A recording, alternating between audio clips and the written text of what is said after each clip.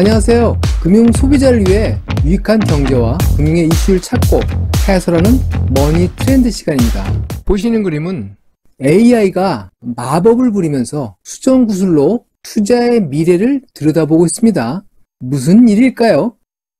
최근 세계 금융시장과 국내 금융시장, 그리고 주식, 비트코인, 채권부터 부동산까지 돈으로 측정되는 위험자산은 모두 코로나 팬데믹 이전 수준을 넘어선 상황입니다.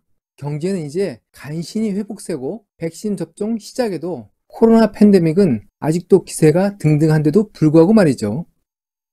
이런 가운데 주가와 위험자산 가격의 미래를 예측하는 전문가들은 다른 깊은 고민에 빠져 있습니다.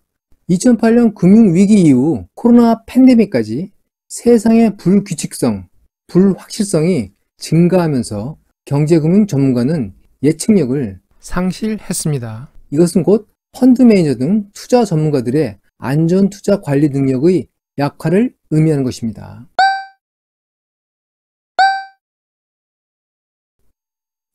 펀드 수익률의 악화는 금융회사 경영 수준만의 문제가 아닙니다. 펀드의 고객인 수익자들의 소득 흐름에 악영향을 주게 됩니다. 고령화 사회가 진행되면서 전 세계적인 연금생활자 비중이 급증하고 있는데요. 연금사회주의라는 말이 있을 정도입니다. 한편 부자들은 최근 많이 알려진 패밀리 오피스나 가입 자격이 고액으로 한정된 사모펀드 등으로 고급 금융기술자를 고용해 수익률 관리가 가능합니다. 상대적으로 중산층 이하는 자산 손실, 수익률 저하 위험에 노출되며 부의 불평등이 더욱 심화될 위험이 있습니다. 결국 불확실성 증가에 의한 펀드 수익률 격차가 전 세계적인 정치 사회적 문제로 발전할 수도 있다는 것입니다. 경제 금융 전문가는 어떻게 예측 능력을 상실하게 되었을까요? 사실 예측의 문제는 비단 금융시장의 문제만이 아닙니다. 기후, 지진 등 자연과학과 의학, 물리학 등 대부분 과학의 미래 예측이 필요한데요. 수학과 확률 통계가 주요 도구입니다. 오랫동안 경제 금융 전문가는 가격의 미래 예측에 대수의 법칙을 기초로 한 종형 확률 분포를 이용했습니다. 자연현상은 무작위, 랜덤하게 움직이지만 그 표본이 크다면, 대수라면 이 현상은 평균을 중심으로 종형의 확률 분포를 가지고 평균과 분산을 알면 이 자연현상의 발생을 예측 가능하다는 것이 기본 골자입니다. 투자 교과서에 말코비츠의 분산 투자 이론, 블랙쇼울즈의 옵션 가격 정리 등 대부분 투자 이론이 평균과 분산 그리고 예측 가능한 확률 분포에 기반하고 있습니다. 대부분의 자연현상은 평균의 3배 분산 범위 내에서는 99.7% 가까운 예측이 가능하다는 것입니다. 그 바깥의 범위는 극히 일어나기 어려운 확률을 얘기하는데요. 이것을 곡선의 꼬리 부분에 해당한다고 해서 꼬리 위험, 테일 리스크라고 합니다.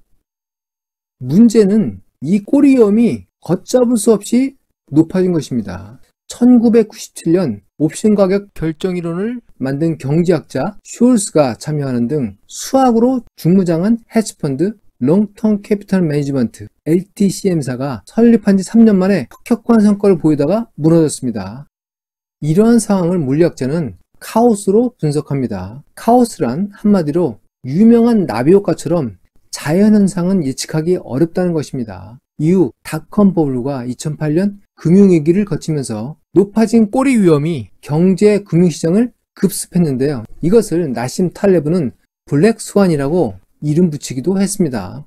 최근에는 물리학자로 금융의 카오스를 연구하는 디디에 소르네트는 예측 불가능한 위험을 드래곤 킹이라고 새롭게 명하기도 했습니다. 확률 분포 밖에 있는 아웃라이어, 꼬리 위험이지만 과거 왕정의 왕처럼 모든 국민에게 절대적인 영향을 주는 소수다라는 뜻입니다. 이들 물리학자들의 금융시장 불확실성과의 투쟁사는 더 피직스 오브 월스트리트, 돈의 물리학이라는 책을 참고하시면 흥미진진하게 확인하실 수 있겠습니다.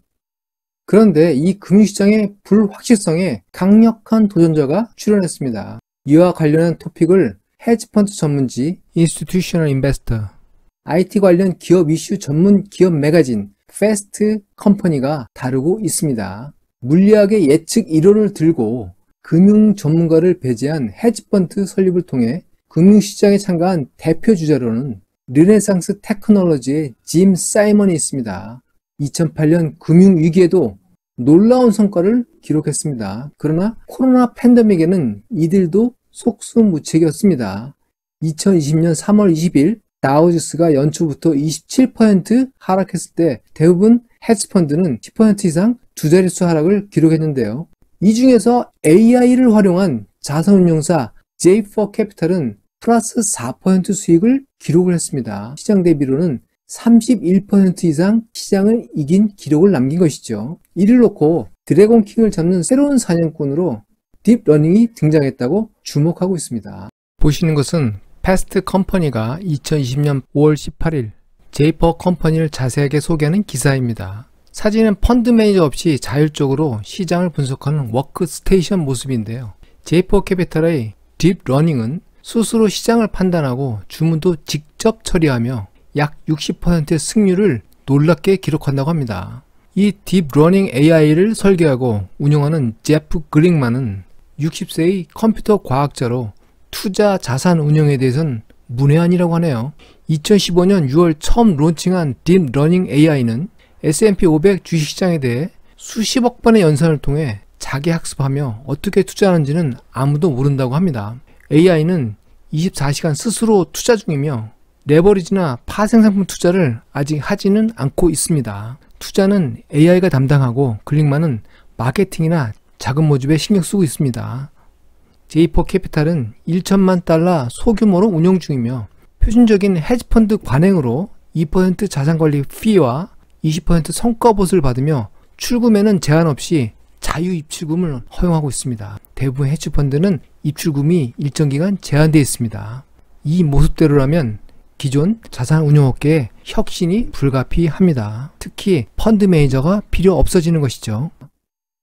AI는 1956년 처음 용어가 등장한 이후에 2012년부터 급성장했습니다. 가장 주목받는 것은 바둑 영웅 이세돌을 꺾으면서 AI의 개념을 바꾼 딥러닝입니다. 한편 최근까지 펀드 운용에 컴퓨터와 수학, 통계적 개념을 활용한 머신러닝이 퀀트라는 용어와 함께 활용되었었는데요. 머신러닝 AI는 인간의 투자 경험과 지식을 바탕으로 일정한 투자 룰을 컴퓨터에 심은 알고리즘 투자입니다. 즉 퀀트에서는 인간의 지능을 보조하는 AI가 활용되었던 것인데요. 그러나 이 딥러닝 또는 DRL, Deep Reinforcement Learning AI는 인간의 지능과 경험에 무관하게 자기의 학습으로 형성된 능력으로 의사결정을 하게 됩니다. 딥러닝 AI가 다양한 과학 분야에서 출중한 능력을 입증하면서 반발과 우려가 제기되고 있는데요. 자산운용 분야도 예외는 아닙니다. 딥러닝의 놀라운 성과에도 불구하고 딥러닝에 대해서 제기하는 가장 큰 문제는 딥러닝 방식의 AI가 어떻게 의사결정을 하는지 내용을 사후에 확인하기가 어렵다는 것입니다. 이것을 블랙리스트, 깜깜이 성향이라고 이름하겠습니다. 사전에 정해진 룰이나 방정식이 아닌 수억 번의 시행착오를 반복하고 학습하며 자기만의 의사결정 패턴과 방식을 찾아내기 때문에 역으로 그 원인을 찾기가 쉽지 않다는 것입니다. 자산운용에서 투자가 실패할 경우 그 원인을 찾고 수정하기가 어렵다는 것인데요. 이 깜깜이 특성, 블랙리스트에 대해서 미국과 EU, 일본 등은 AI 규제를 바쁘게 준비하고 있습니다. 사후에 설명력을 높이는 방법으로 말이죠. 한편 인류에게 기술이 새롭게 등장할 때마다 그 기술은 지금 AI처럼 출현 당시에는 모두 깜깜이, 블랙리스트의 성격을 가지고 있었다고 합니다. 시간이 지남에 따라서 딥러닝의 깜깜이 문제도 해결될 것으로 주장하는 것이죠. 또한 기존 자산운용업계에서는 투자 활동이 복잡하고 불규칙한 랜덤한 인간 활동이므로 AI가 성공하기 어려울 것이라는 평가를 내놓고 있습니다. 그러나 AI 전문가들은 그러한 인식이 기존 금융투자업계의 자기 방어적인 확신이고 인간이 느끼는 복잡함과 불규칙성, 랜덤니스 이러한 상황도 인간의 입장에서 그런 것이지 AI에게는 그렇지 않을 수 있다고 주장합니다. 알파고 제로가 바둑에서 보여줬듯이 AI는 투자에서도 인간의 영역을 넘어선 새로운 투자론을 만들고 적용할 것으로 예상됩니다. 이에 따라 금융업계에서는 사람 상대하는 마케팅과 세일즈 직무를 제외하고는 펀드 매니저를 포함한 대부분이 일자리 일을 위기에 처할 수도 있습니다. 한편 기존 금융업계와 뿌리와 사고를 달리하는 딥러닝 AI가 자산 운용에 보편화될 경우 금융 소비자의 정보 불평등을 해소하고 블록체인 기술이 분산 원점을 통해 금융의 민주화 개념을 도입한 것처럼 금융산업 패러다임을 뒤흔들지도 관심사입니다. 금융업계의 AI 도입이 전 세계적으로 활발합니다. 대부분 금융 서비스나 리스크 관리, 업무 효율 개선 내용이 주입니다. AI 도입에 있어서 무엇보다 가장 큰 관심사는 AI가 투자, 자산 운용에서 드래곤킹을 잡고 길들 수 있을지 하는 것입니다. 인류는 바이러스와 백신 전쟁을 해오고 있습니다. 이와 똑같이 경제와 금융에서도 불확실성과 예측도 간의 치열한 격투가 계속되고 있습니다. 국내에서는 AI를 활용해서 종목이나 ETF를 선정하는 펀드가 소개되고 있습니다. 그러나 AI 산업에 직접 투자하는 펀드는 없는 것으로 파악됩니다. AI 투자에 관심이 있으신 분들은 해외 ETF에 투자하시는 방법이 있는데요. ETF 전문 사이트 etf.com에서 확인해 보면 시가총액의 가장 큰 ETF는 The ARK Autonomous Technology and Robotics ETF ARKQ 이고요. 시총이 34억 달러에 달합니다. 또 가장 성과가 좋은 ETF는 Ubot로 최근 1년간 300% 이상의 성과를 기록했습니다. 딥러닝 AI는 여러모로 인류에 중요한 영향을 미칠 메가 트렌드입니다. 투자 관점에서도 관심을 가질만 합니다. 지금까지 유익한 경제와 금융의 이슈를 찾고 해설해드리는 머니 트렌드 시간이었습니다. 감사합니다.